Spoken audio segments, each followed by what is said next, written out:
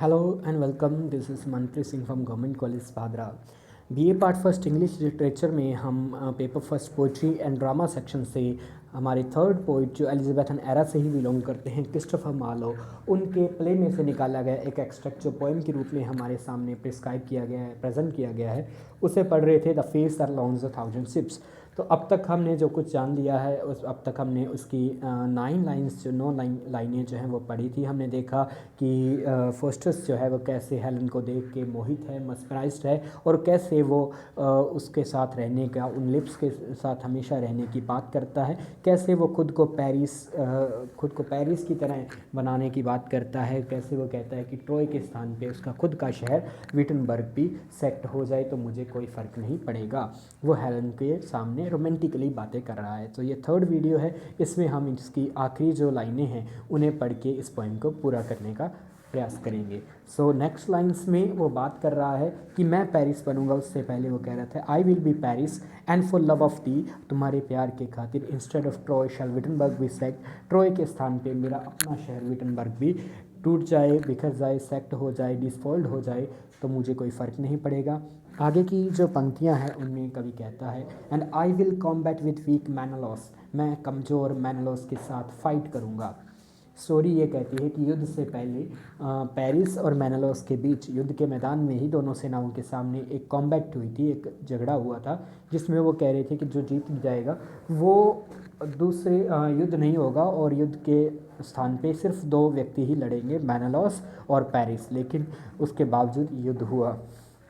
वो कहता है एंड आई विल कॉम्बैट, मैं फ़ाइट करूँगा विद वीक मैनलॉस। जैसे पेरिस ने, तुम्हारे प्रेमी ने मैनलॉस जो तुम्हारे पति है उसके साथ झगड़ा किया, लड़ाई की, उसके साथ कॉम्बैट किया, युद्ध के मैदान में उसके साथ दो दो हाथ किए, वैसे ही आई विल कॉम्बैट, मैं झगड़ा करूँगा विद वीक मैनलॉस के साथ and wear Dai colours on my plummet crest, मैं अपने जो हेलमेट है या जो मेरा क्रेस्ट होता है, हेड, सिर के ऊपर जो भी हेड गियर जो भी पहनूंगा हेलमेट, उसके ऊपर पंखों वाले हेलमेट उस टाइम जो ग्रीक या फिर उस समय काफ़ी जो है ट्रेंड में थे या उस टाइम काफ़ी यूज़ किए जाते थे।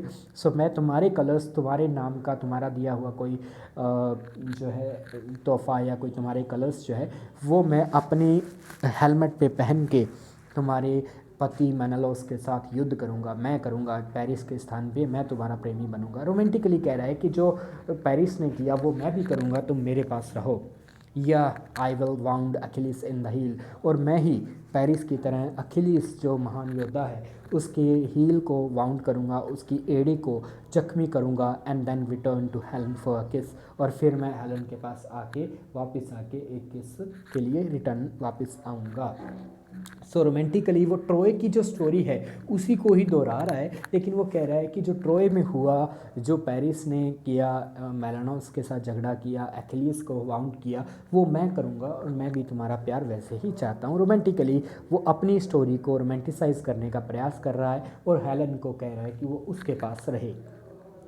ओह दाउ आर्ट फेयर, ये जो आखिर की पंक्तियां हैं, आखिर की लाइनें हैं, इसमें वो ब्यूटी को कंपेयर करता है और इन ब्यूटी के लिए वो मेटाफर्स और रेफरेंसेस यूज़ करता है from the Greek mythology. Greek mythology में से वो अपने जो है एग्जाम्पल्स यूज़ करता है। वो कहता है डायरेक्टली हेलन को, ओ दाउ आर्ट फेयर, ओ देखो तुम कितनी खूबसूरत हो, फेयरर उससे भी ज़्यादा खूबसूरत हो, than the evening star, evening air, clad in the beauty of thousand stars, शाम की जो इवनिंग एयर होती है जिसमें क्लैड होता है ढके होना, कपड़े पहने होना, इन the beauty of thousand stars, जब हज़ारों तारे होते हैं तब उस प्रकार की जो खूबसूरत शाम होती है, तुम उससे भी ज़्यादा खूबसूरत हो। हेलन की तारीफ में वो इस प्रकार के शब्दों का इस्तेमाल कर रहा है।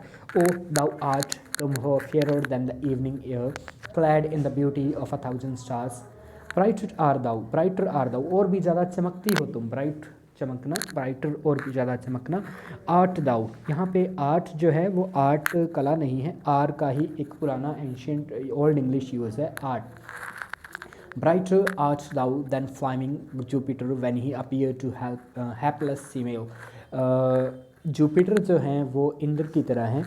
ग्रीक माइथोलॉजी में स्वर्ग का जो सबसे बड़ा देवता है या स्वर्ग का जो राजा है वो जुपिटर या ज्यूस है, ठीक है।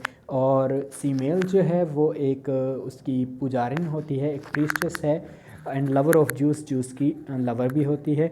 जूस से वो या जुपिटर से वो एक वरदान मांगती है कि मेरी एक इच्छा पूरी करो।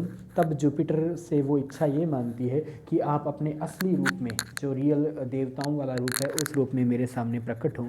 लेकिन जब जुपिटर उसके सामने आता है तो जुपिटर इतना देवता, इतना चमकदार है कि कोई भी मनुष्य उसे सीधी आंखों से नहीं देख सकता, और उसे देखने के बाद फीमेल जो है वो जल जाती है। तो उस स्टोरी को, उस ग्रीक माइथोलॉजिकल स्टोरी को यहाँ वो कहता है, उसका इस्तेमाल करता है वो हेलन की ब्यूटी बताने के लिए कि हेलन तुम इतनी ब्राइटर हो जितना कि फ्लेमिंग, जलता हुआ या चमकता हुआ जुपिटर था when he appear to hapless female, जब वो उस उदास फीमेल के सामने प्रकट हुआ था।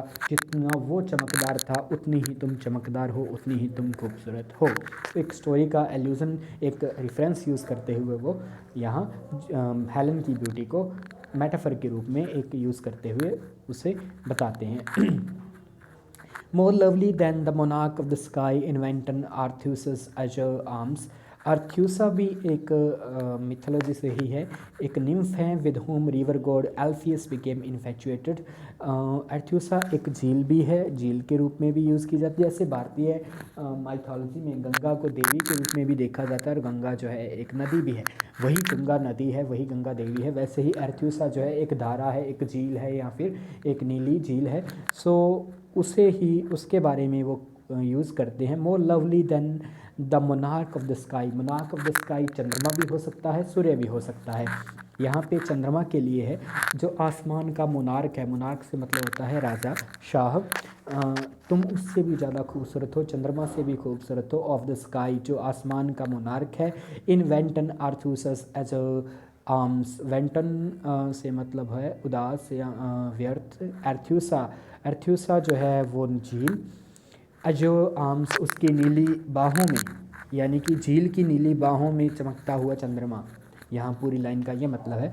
तो एर्थ्यूसा झील की नीली बाहों में चमकते हुए चंद्रमा से भी ज़्यादा लवली हो तुम, ज़्यादा खूबसूरत हो। More lovely than the monarch of the sky in wanton Arethusa's azure arms and none but thou shall be my paramour. और आखिर में वो कहता है और कोई नहीं, नन और कोई नहीं, बट दाउ बस तुम ही, बट दाउ बस तुम ही, शाउट बी माई पैरामोर, तुम ही मेरी पैरामोर, मेरी प्रेमिका, मेरी जीवन साथी बनोगी। सो यहाँ इन पूरी पोइम्स की लाइनों में कवि जो है वो फोस्टस के विचारों को प्रकट करता है। डॉक्टर फोस्टस जो हेलन को देखने के बाद इतना प्रभावित, इतना मैस्मराइज होता है कि वो हेलन के लिए ट्रॉय की तरह ही, जैसे पेरिस ने किया, जैसे पेरिस ने युद्ध किया, वैसे ही वो अपने विचारों को, अपने प्यार को भी रोमांटिसाइज करता है और यूज़ करता है वो एलेगरीज, जो वो माफ़ कीजिए, जो वो रेफरेंसेस और एल्यूजन यूज़ करता है from Greek mythology. Greek mythology में से, ग्रीक जो दंत कथाएँ हैं वहाँ से, कहानियों में से कैरेक्टर्स को यूज़ करते हुए वो हेलन की ब्यूटी को बताता है। तो ये एक पोइम है, एक एक्सट्रैक्ट है पोइम के रूप में जो प्रेजेंट किया गया है हमारे सिलेबस में। ये थर्ड है, आप इसे पढ़ें। इसमें से अगर आपको कुछ समझने में दिक्कत आई हो तो ये स्लाइड्स भी मैं शेयर करूंगा, जिसमें से आप दोबारा पढ़ सकते हैं। कोई बात आपको समझ ना आए, कोई बात आपको समझने में दिक्कत हो तो आप क्वेश्चन पूछ सकते हैं। और जैसा मैंने बताया, क्वेश्चंस जो होते हैं पोइट्स के बारे में आते हैं, उनके जन्म मृत्यु के बारे में, उनके मुख्य वर्क्स के बारे में कई बार क्वेश्चन पूछ लिए जाते हैं।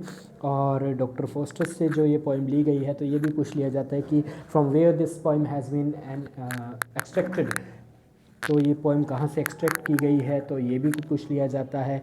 हेलन कौन थी, पेरिस कौन था, अखिलिस कौन था, मेनेलास कौन था।